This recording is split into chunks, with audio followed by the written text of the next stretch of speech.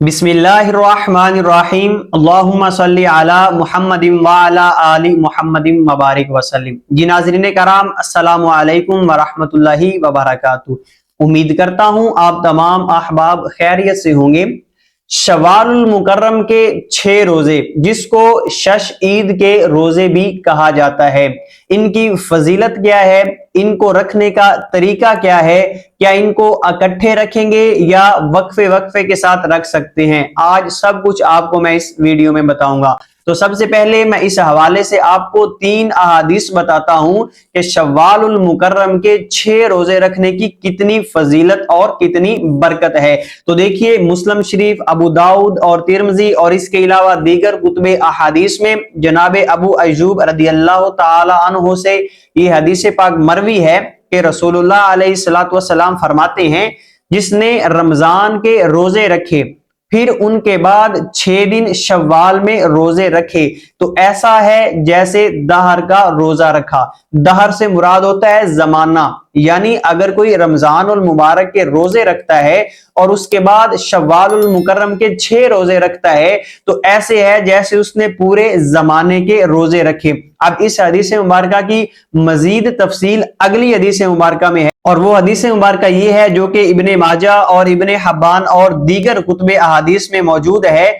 और इसके अंदर हजरत जाबिर बिन अब्दुल्ला से ये रिवायत मरवी है कि रसूलुल्लाह अलैहिस्सलातु वस्सलाम ने फरमाया, जिसने ईद उल फितर के बाद 6 रोजे रख लिए तो उसने पूरे साल का रोजा रखा। अब ये जो पहली आपने हदीस मुबारका सुनी थी ना कि दहर का रोजा रखा, अब उसकी ये एक तरह से तफसील भी है कि जिसने ईद उल फितर के बाद 6 रोजे रख लिए तो उसने पूरे साल का रोजा रखा कि जो एक नेकी लाएगा उसे 10 मिलेंगी।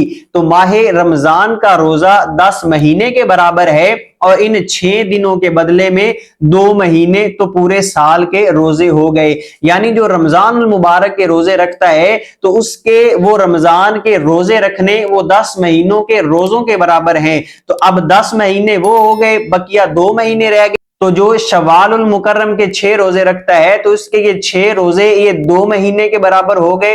तो गोया वो रमजान के रोजे और ये शव्वाल के 6 रोजे जो रखता है वो ऐसे है जैसे उसने पूरे साल के रोजे रखे। तो तीसरी हदीस मुबारका सुनिए बहुत तवज्जो के साथ। हजरत अब्दुल्लाह बिन उमर से ये मरवी है कि रसूलुल्लाह अलैहिस्सलातु वस्सलाम फरमाते हैं, जिसने रमजान के रोजे रखे फिर उसके बाद 6 शव्वाल में रखे तो गुनाहों से ऐसे निकल गया जैसे आज मां के पेट से पैदा हुआ।